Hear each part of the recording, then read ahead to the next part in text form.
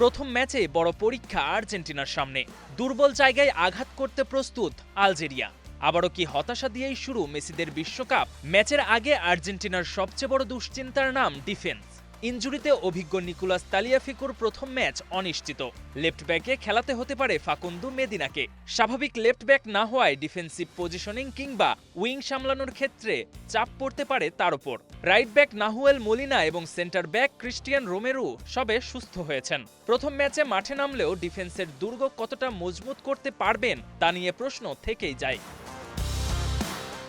আলজেরিয়ার right উইংয়ে Riyad মাহরেজের অভিজ্ঞতা আর আনিস হাজ মুসার গতি ও ড্রিবলিংয়ের সঙ্গে উইং থেকে নিখুঁত ক্রস আর ওয়ান অন ওয়ানে ডিফেন্সকে হারানোর সামর্থ্য স্কালোনির ঘুণে ধরা রক্ষণ ভেঙে দিতে পারে নিমিষেই। শুধু রাইট উইং নয়, আলজেরিয়ার লেফট উইং, অ্যাটাকিং মিড এবং লেফট ব্যাকও সমান ভয়ঙ্কর। Left winger Adil Boulbina technical skill প্রতিপক্ষের ডিফেন্স ভেঙে বক্সে ঢুকে চাপ তৈরিতে বেশ কার্যকর।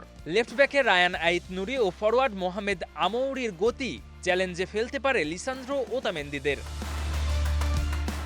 মাঝমাঠ থেকে তরুণ ইব্রাহিম মাজার লাইনে ঢুকে জায়গা বের করে নিখুঁত পাস আর হিশাম বুদাওয়ের নিরবিচ্ছিন্ন হাই প্রেস আর্জেন্টিনার মিডফিল্ডকে ভুল করতে বাধ্য করতে পারে। সঙ্গে অধিনায়ক রিয়াদ মাহরেজের মুহূর্তের এক টুকরো জাদু বর্তমান চ্যাম্পিয়নদের অবাক করতে যথেষ্ট। তাই আর্জেন্টিনা যদি রক্ষণে সামান্য মনোযোগ হারায়, তাহলে আলজেরিয়ার দ্রুতগতির আক্রমণ সেই ভুলের কঠিন শাস্তি দিতে পারে।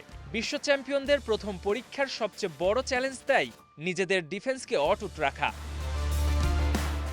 KM Sony, star play.